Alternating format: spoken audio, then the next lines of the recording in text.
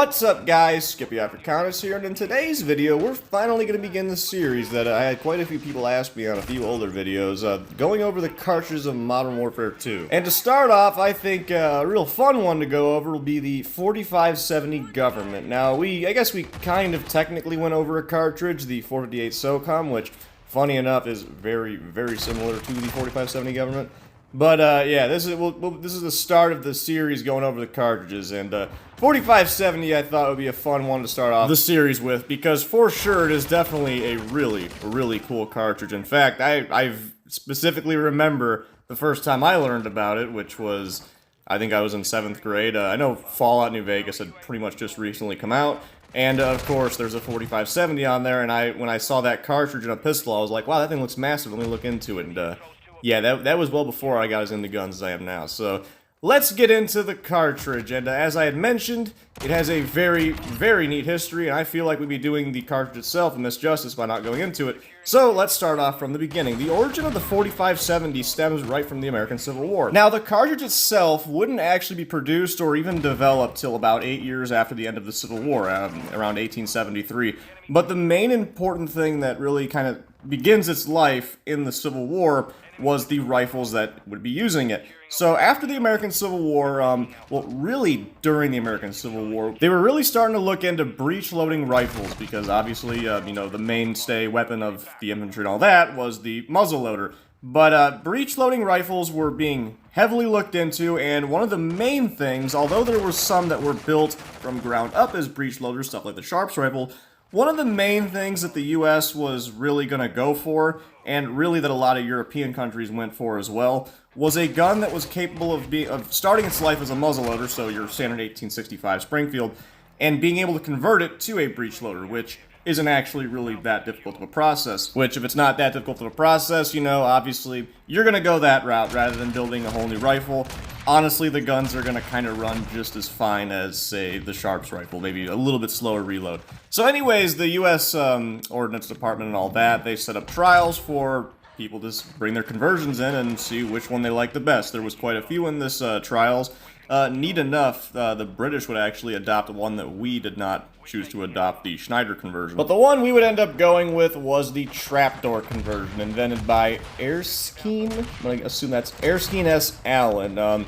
This system was found just to be better overall, and me personally, I kind of agree on that. It certainly is a little bit easier to load than the Schneider conversion.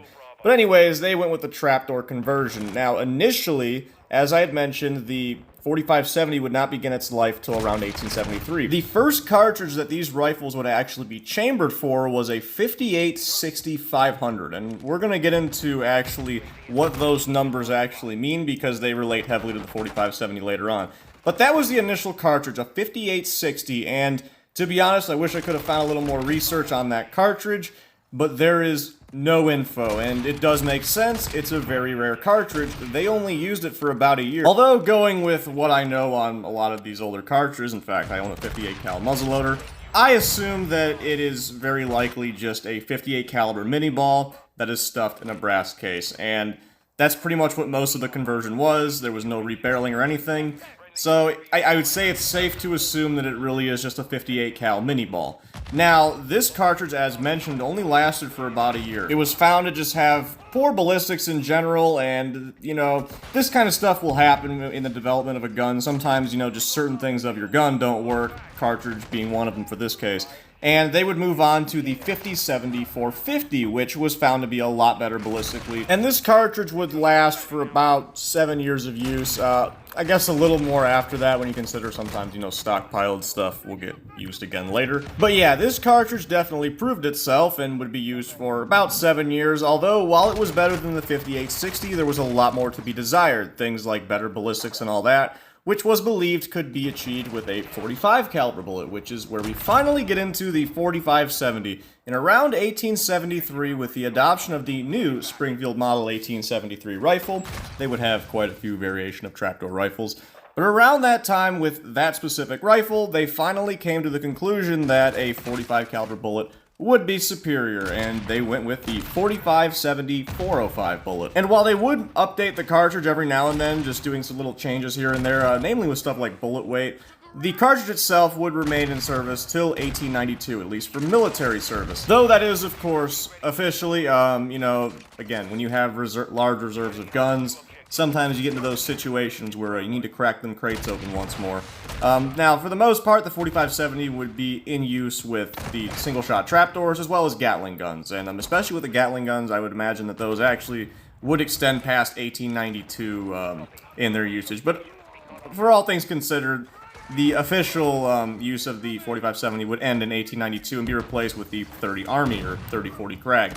But this video is not about 3040 Krag, it's about 4570. Now, while the use of the 4570 would die down in military service around 1892, it would definitely not die down with the civilian use of the cartridge, because as soon as civilians got their hands on these guns and the cartridge, they realized what a very potent big game round this was. And the 4570 would be just an ultimate classic when it came to hunting for many years to come. In fact, that's partially why you have more modern loadings exist, because obviously you're not running black powder in the new 4570 lever actions like this Marlin Model 336 using in-game. You're loading actually a more hot-rodded version of the 4570. So if you thought that this round couldn't get any more potent, well, it certainly did with the advent of smokeless powder. In fact, to the point where you cannot run a lot of modern production 4570 through the old trapdoors, it's much too powerful for the gun to handle. And also, smokeless is kind of weird. Smokeless and black, using that in black powder guns is weird. It is doable, despite what people say. It was actually a common practice, but you have to be very careful with it. But that being said, the 4570 nowadays is a much more hotter round. They typically are operating with 405 grain bullets. A little bit less to like 350. One of the big hindrances of modern 4570 is it's being run a lot of the times in lever actions, and lever actions are very dependent on your cartridge length being a certain length. Otherwise, your gun won't cycle. So that's why you typically won't see, you know, 500 grain 4570 loads being run through lever action rifles. I imagine it is possible. You know, I run 500 grain. A little bit of a different topic, but I imagine that I would be able to do it, and I imagine that it exists. But anyways, yeah, the 4570, the new stuff is going to be a lot hotter than the old stuff. Now, as mentioned, the cartridge ceased in military use in 1892. So, again, it's definitely one of those instances of a gun in this game where you wouldn't be running around with a 4570 in a war zone. To be honest, you wouldn't be running around with a lever action in a war zone with a red dot sight. But, as mentioned, of course, it still maintains a very high degree of popularity with the civilian market. Now, one of the big questions with 4570 is, where does it get its name? And it's a very simple naming process that the U.S. Ordnance Department did for pretty much the majority of its cartridges. The name 4570 stems from 45 caliber bullet, 70 grains of black powder. Even though modern ones are using smokeless powder, it is just going to maintain the name because well, you don't change names for cartridges like that. So the original naming criteria was that 45 caliber bullet, 70 grains of black powder, and you'll notice that I've been throwing some numbers off at the side, like 4570 405. That 405 is actually bullet weight. So for instance, you could have 4570 500, which was a loading they made for the 1884 trapdoors.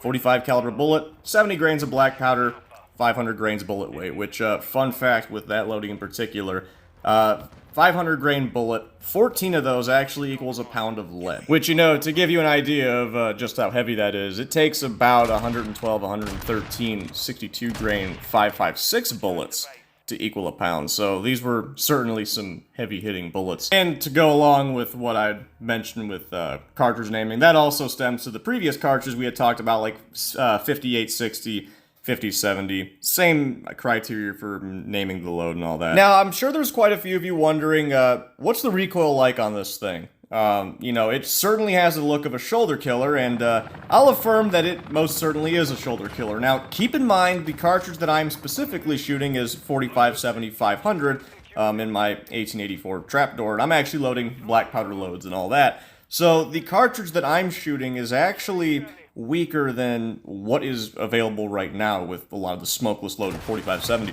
But I can still affirm that when I take this to the range, when I hit that 30 round mark, actually a little bit before that for more precise shots, but when I hit that 30 round mark at that point, I mean, I'll hit a man-sized target, which was the intent of the cartridge, but I'm not going to be shooting very tight groups past that. It definitely is a shoulder killer, and keep in mind that this is a single-shot rifle too, so it takes just a few more seconds to reload every time, so you really get to let that pain soak in. I would compare the recoil for this to around 12 gauge birdshot, maybe just a little bit heavier than 12 gauge birdshot. At least that's kind of what it feels like when I'm shooting it. Again, as mentioned though, that is with a weaker black powder cartridge. That's not with the newer smokeless stuff. That stuff, I imagine, kicks even harder. Now, as per range of the cartridge, this is a pretty big round. How far out is it effective to? Now, this is going to sound weird for some of those that may know a little bit about the 4570, maybe even have shot it, but the actual effective range is quite far, in about 3,500 yards. Now, take in mind that when I'm making this statement, I'm referring specifically to 4570-500, which had a little bit more further killing range than the previous 4570-405. And also keep in mind that I'm not talking about, you are aiming directly at someone and pulling the trigger. What this solely is just effective lethality range, how far it's going to go before it kills something. And one tactic that was, quite common back in the day was a thing called volley fire. So that's why you'll see, a lot of, not just the Springfield trapdoors, but a lot of the old rifles have sights going out to 2,000 yards. You're not going to really be able to effectively hit someone going main irons at past 300 because you're really not able to see them.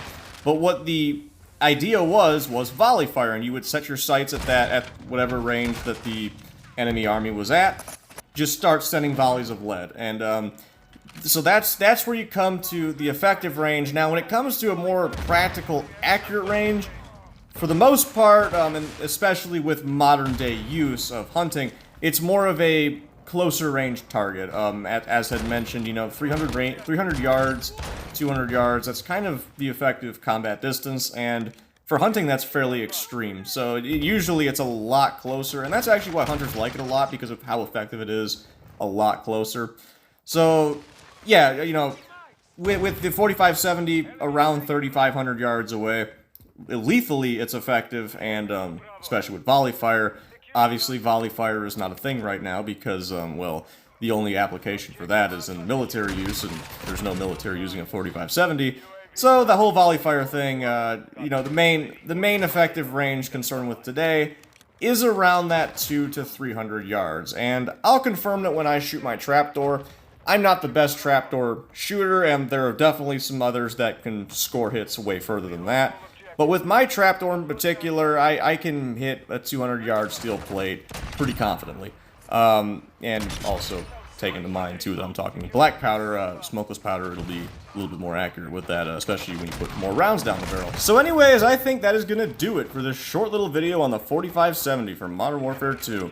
I hope y'all enjoyed the video as much as I personally enjoyed making it, especially this one. This one was quite fun to look into because I myself am a big fan of old black powder rounds. And make sure you subscribe and stay tuned because this is not the only cartridge we're going to go over in this game. Now, this series is going to be a little bit slower than my Guns for Modern Warfare 2 in Real Life series. I kind of want to get more of those out of the way just because there are a ton of guns in that game. But this series, I'll be doing a video every so often, especially if I've done the video on a specific gun that uses a specific cartridge, and also the same thing as with my Modern Warfare 2 Guns in Real Life series. We'll be going over every single cartridge in this game, so, weird stuff from 4.6 all the way down to, your average 5.56. We'll be doing a video for every single cartridge, so stay tuned for that, and I will see y'all next time.